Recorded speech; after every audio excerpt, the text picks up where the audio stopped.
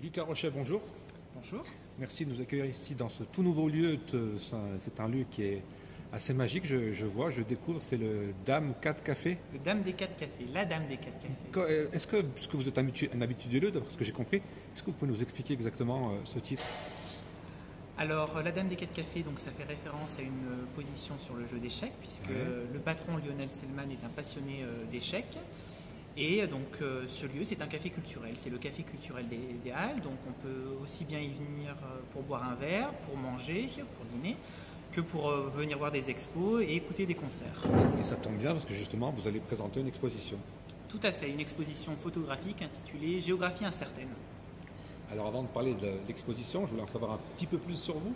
Qui est donc Lucas Rochet, stéphanois?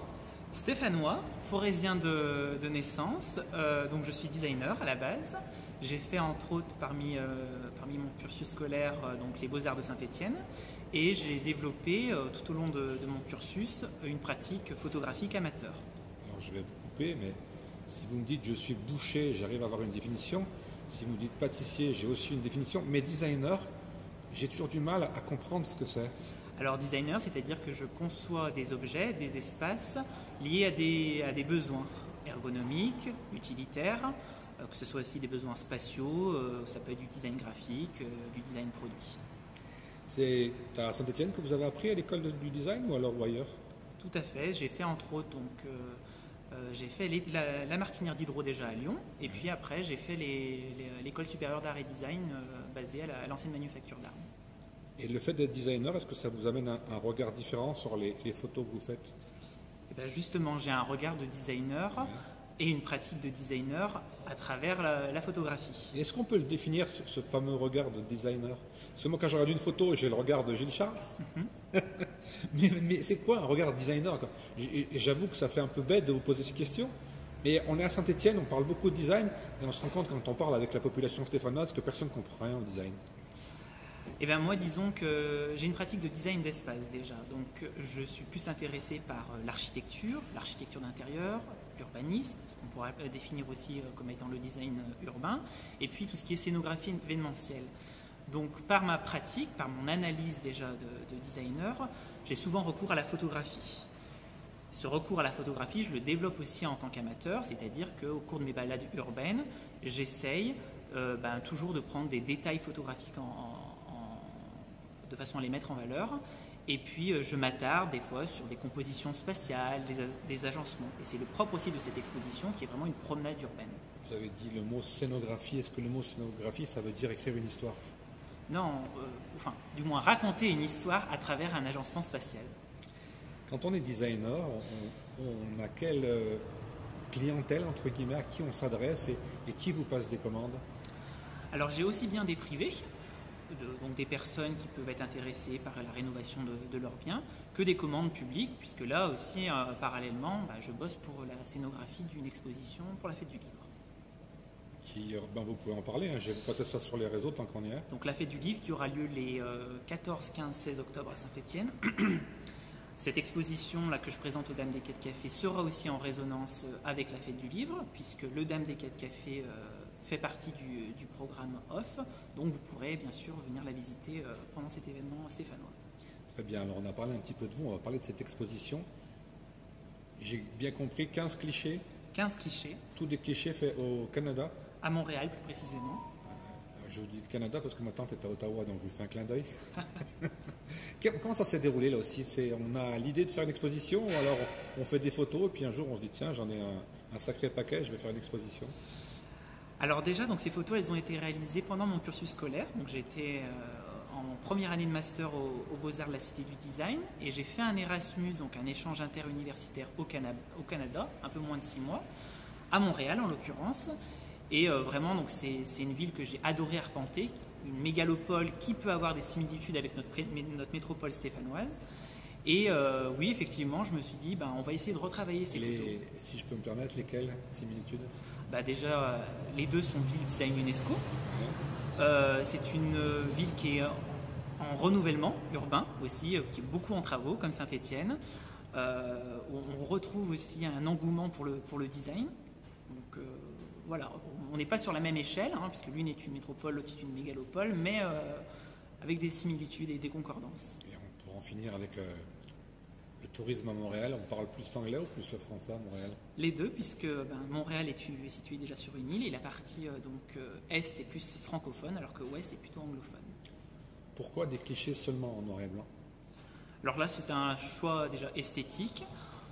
Il est difficile de gérer la couleur et j'avais plus envie de travailler sur les contrastes. Je trouvais que déjà dans mes clichés, on a l'ancien qui côtoie l'urbain, ce qui est le propre de Montréal aussi, l'eau et la végétation qui côtoient le construit. Donc j'étais dans une démarche aussi noir et blanc pour accentuer les contrastes. Parce que j'ai la chance de les avoir sous les yeux, vos clichés, la plupart, là je suis à l'étage, il y en a aussi au rez-de-chaussée.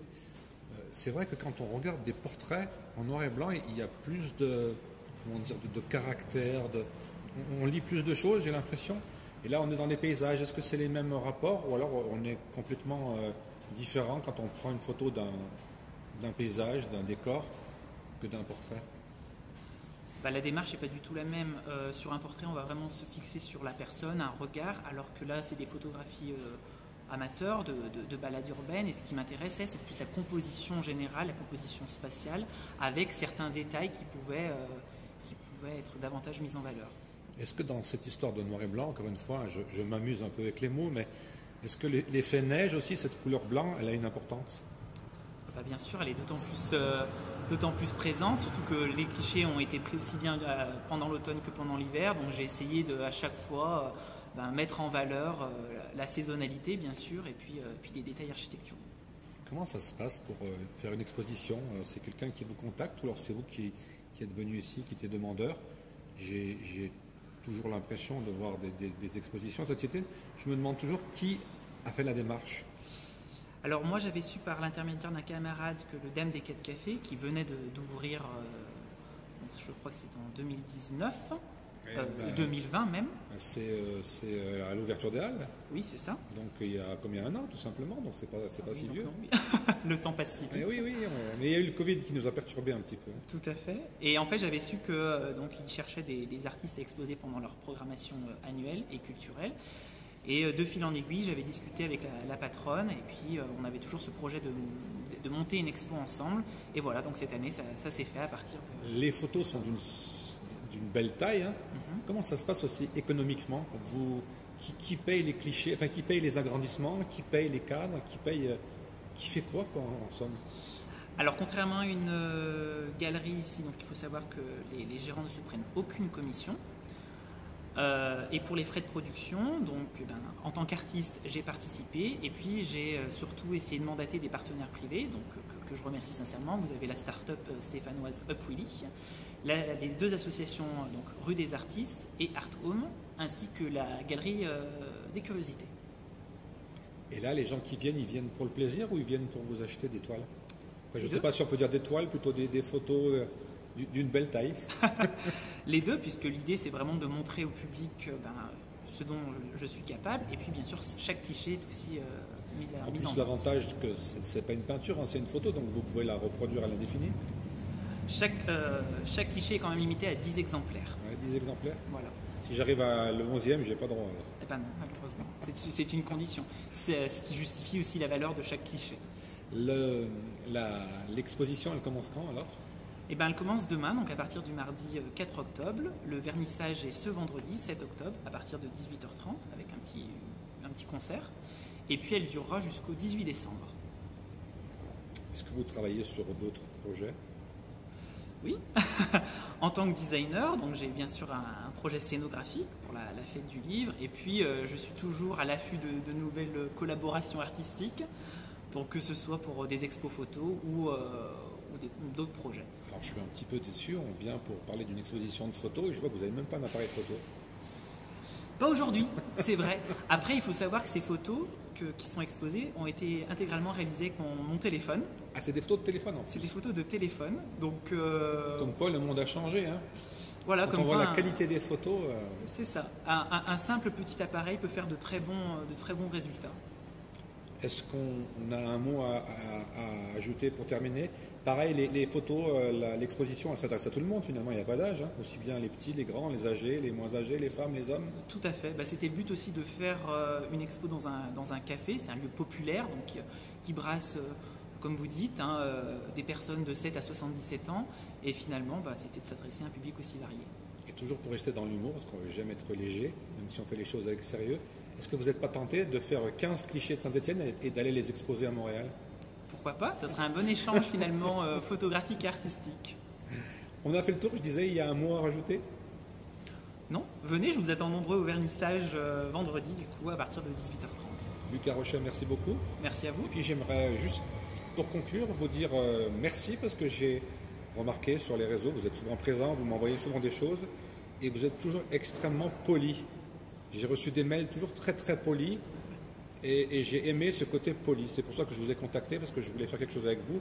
Parce que souvent on reçoit des trucs, on est presque insulté. Et quand il y a des gens qui sont polis, c'est tellement rare aujourd'hui que je voulais le noter.